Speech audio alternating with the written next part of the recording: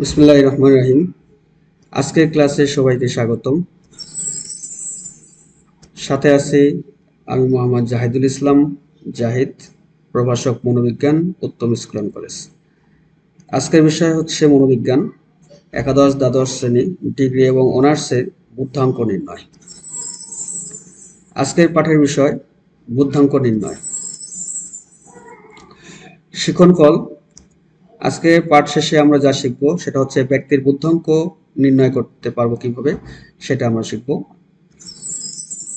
প্রথম হচ্ছে অর্জিত মানসিক বয়সের হিসাব। সর্বপ্রথম আমরা প্রথম ক্লাসে অর্থাৎ বুদ্ধাঙ্ক ও বুদ্ধি যে সংজ্ঞা, যেখানে আমরা বিশ্লেষণ করি বুদ্ধি, বুদ্ধাঙ্ক, এগুলো সম্পর্কে আলোচনা করেছিলাম।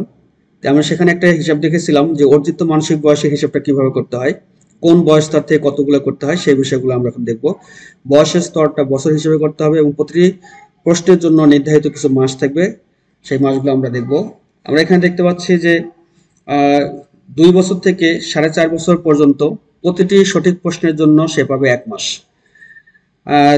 5 থেকে সাধারণ বয়স অর্থাৎ 15 বছর পর্যন্ত প্রতিটি প্রশ্নের জন্য পাবে 2 মাস। উন্নত বয়স্ক 1 এর প্রতিটি প্রশ্নের জন্য সে পাবে 4 মাস।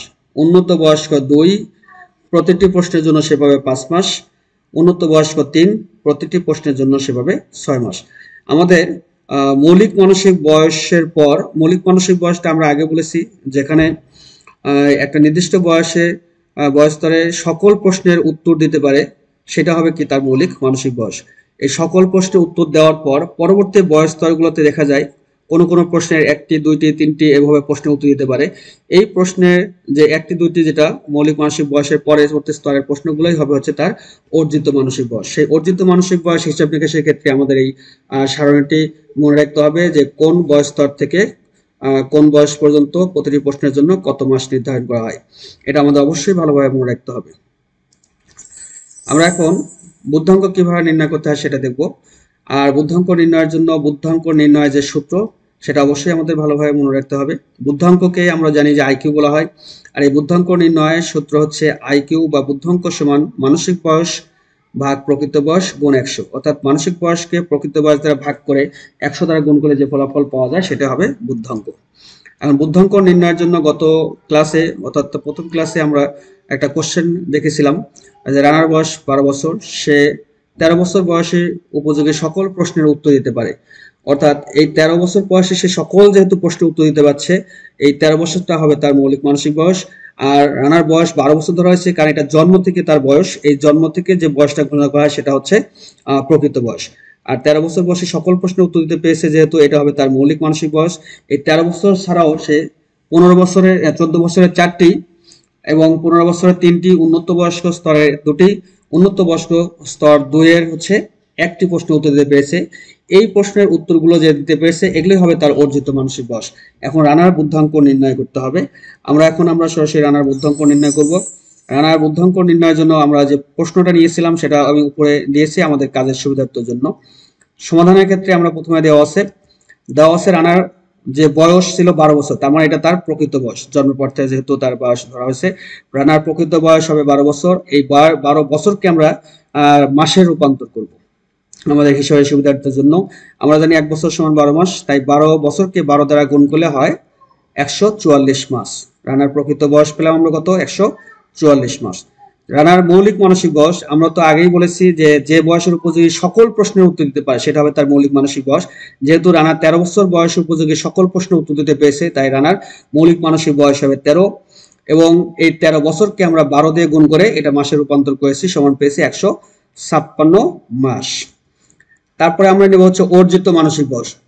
আমরা আমাদের স্তর অনুসারে প্রথমে নিলাম হচ্ছে প্রকৃত বয়স, তারপর নিলাম মৌলিক মানসিক বয়স। এখন এছাড়া যেহেতু সে 14 বছরের 4টি, 15 বছর 3টি, উন্নত বয়স্ক 1 এর 2টি, উন্নত বয়স্ক 2 এর 1টি প্রশ্ন উত্তর দিতে পেরেছে, এগুলো হবে তার অর্জিত মানসিক বয়স। যেহেতু সে 14 বছরের উপযোগী 4টি প্রশ্ন উত্তর দিতে পেরেছে, তাই আমরা এখানে লিখেছি 4। এবং আমরা জানি যে 5 থেকে 15 বছর পর্যন্ত সে প্রতিটি প্রশ্নের জন্য পাবে 2 মাস। যেহেতু 4টি প্রশ্ন উত্তর দিতে পেরেছে, তাই 4কে আমরা 2 দ্বারা গুণ করেছি। এটার সাথে যোগ হবে সে 15 বছর বয়সের উপযোগী 3টি প্রশ্ন উত্তর দিয়েছে, তাই নিয়েছে 3। আর আমরা জানি যে 5 থেকে 15 বছর পর্যন্ত সে প্রতিটি প্রশ্নের জন্য 2 মাস, এখানে এই জন্য 2 দ্বারা গুণ করেছি। তারপরে যোগ দিয়েছি আমরা। তারপরে আমাদের দেখো উন্নত বয়স্ক 1 এর দুটি প্রশ্ন উত্তর দিতে পেরেছিল, তাই আমরা 2 লিখেছি। আর আমরা জানি উন্নত বয়স্ক 1 এর জন্য প্রতিটি প্রশ্নের জন্য সে পায় 4 মাস, তাই 4 দ্বারা গুণ করা হয়েছে। তারপর যোগ উন্নত বয়স্ক 2 এর জন্য সে প্রতিটি প্রশ্নের জন্য সে 5 মাস পাবে, যেহেতু সে একটি প্রশ্ন উত্তর দিতে পেরেছে তাই আমরা 1 কে 5 দ্বারা গুণ করেছি। এখন এখানে 4 কে 2 দ্বারা গুণ করলে হয় 8, তারপর যোগ ছিল যোগ দিয়েছি, 3 কে 2 দ্বারা গুণ করলে হয় 6, যোগ ছিল যোগ দিয়েছি, 4 কে 2 দ্বারা গুণ করলে হয় 8, যোগ ছিল যোগ দিয়েছি, 5 কে 1 দ্বারা গুণ করলে হয় 5। তারপরে এই যে 8, 6, 8, 5 এগুলো যোগ করলে হয় 27, যেহেতু এগুলো মাসের হিসাবে করা হচ্ছে তাই 27 মাস হবে তার অর্জিত মানসিক বয়স। এখন আমাদের যেহেতু বুদ্ধাঙ্ক নির্ণয়ের জন্য মোট মানসিক বয়স এবং মোট মানসিক বয়সটা প্রয়োজন, সেই জন্য আমরা মৌলিক মানসিক বয়স এবং অর্জিত মানসিক বয়সের সমন্বয়ে মোট মানসিক বয়স বের করেছি। মোট মানসিক বয়স হচ্ছে মৌলিক মানসিক বয়স যোগ অর্জিত মানসিক বয়স। মৌলিক মানসিক বয়স আমরা পেয়েছিলাম 156 মাস এবং অর্জিত মানসিক বয়স পেয়েছিলাম 27 মাস। এই দুটা যোগ করলে আমরা পাচ্ছি 183 মাস। অর্থাৎ রানার মানসিক বয়স পেলাম হচ্ছে 183 মাস এবং রানার প্রকৃত বয়স পেয়েছিলাম 144 মাস। এখন আমরা বুদ্ধাঙ্ক নির্ণয় করব। বুদ্ধাঙ্ক নির্ণয়ের সূত্র হচ্ছে IQ সমান মানসিক বয়স ভাগ প্রকৃত বয়স গুণ 100। আমরা মানটা বসিয়ে দেব। মানসিক বয়সে 183 মাস এবং প্রকৃত বয়সের সময় 144 গুণ দিয়েছি 100। আমরা এটাকে ক্যালকুলেশন করলে পাই 127.08। অর্থাৎ এখানে রানার বুদ্ধাঙ্ক হলো হচ্ছে 127.08। আমরা নিশ্চয়ই তোমরা অবশ্যই বুঝতে পেরেছো যে কিভাবে বুদ্ধাঙ্ক নির্ণয় হয়। আমাদের যত বুদ্ধাঙ্ক আছে সাধারণত এইভাবে বের করতে হয়। আমরা এখন আরেকটি বুদ্ধাঙ্ক নির্ণয় করব, একটু ব্যতিক্রম। দীপার বয়স 5 বছর। দীপার বয়স কত বছর? 5 বছর। সে 6 বছর পর্যন্ত সকল প্রশ্নের উত্তর দিতে পারে। এছাড়া সে 7 বছর বয়সের বছরের অর্ধেক প্রশ্ন উত্তর দিতে পারে। দীপার বুদ্ধাঙ্ক নির্ণয় করে। এখানে দীপার বয়স হচ্ছে 5 বছর। আমরা তো শুরুতেই বসে জন্মের পর থেকে যে বয়স হিসাব করা হয় সেটা হবে হচ্ছে তার প্রকৃত বয়স, অর্থাৎ দীপার বয়স হচ্ছে 5 বছর, এটা হবে তার প্রকৃত বয়স।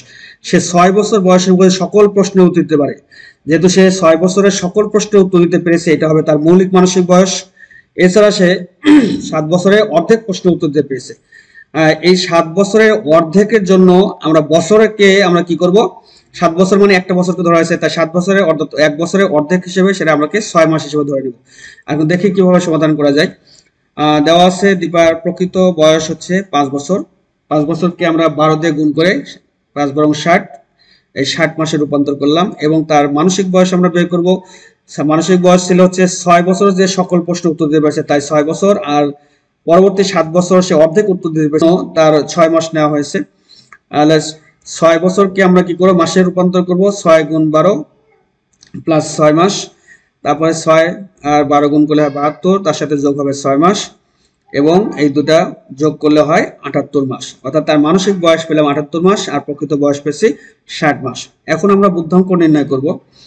IQ সমান মানসিক বয়স ডিভাইডেড বাই প্রকৃত বয়স গুণ 100। মানসিক বয়স পেয়েছি 78 মাস, প্রকৃত বয়স পেয়েছি 60 মাস। তাকে 100 দিয়ে গুণ করলে আমরা পাই হচ্ছে 130। অর্থাৎ দীপার বুদ্ধাঙ্ক হবে 130। আশা করি তোমরা বুঝতে পেরেছো যে কিভাবে বুদ্ধাঙ্ক নির্ণয় করতে হয়। এখন তোমাদের একক কিছু কাজ দেই, যে তোমাদের বাসায় যে অবশ্যই ছোট ভাই বোন বা ছোট ছোট যারা আছে তাদের সম্ভাব্য প্রশ্নের উত্তর ধরে নিবে। সে তার বয়স কত সেটা হবে তার প্রকৃত বয়স, তার যে বয়সের প্রশ্নের উত্তরগুলো দিচ্ছে একটা সম্ভাব্য উত্তরগুলো ধরে নিবে, ধরে নিয়ে তোমার ছোট ভাই বোনের বুদ্ধাঙ্ক নির্ণয় করো। এখন বাড়ির কাজ কিছু কোশ্চেন আমি তোমাদের দিয়ে দিই, প্রশ্নগুলো অবশ্যই তোমরা একটা আলোকে সলিউশন করবে। দিনার বয়স 10 বছর, সে 11 বছর বয়সের প্রতি সকল প্রশ্নের উত্তর দিতে পারে। তাছাড়া সে 12 বছরের 4টি, 13 বছরের 3টি, 14 বছরের 2টি প্রশ্নের উত্তর দিতে পারে। দিনার বুদ্ধাঙ্ক কত? এটা তোমাদের কাজ, তোমরা বাসায় করবে। তারপর আরেকটা প্রশ্ন দিচ্ছি, সোহাগের বয়স 8 বছর, সে 9 বছর বয়সের উপযোগী সকল প্রশ্নের উত্তর দিতে পারে।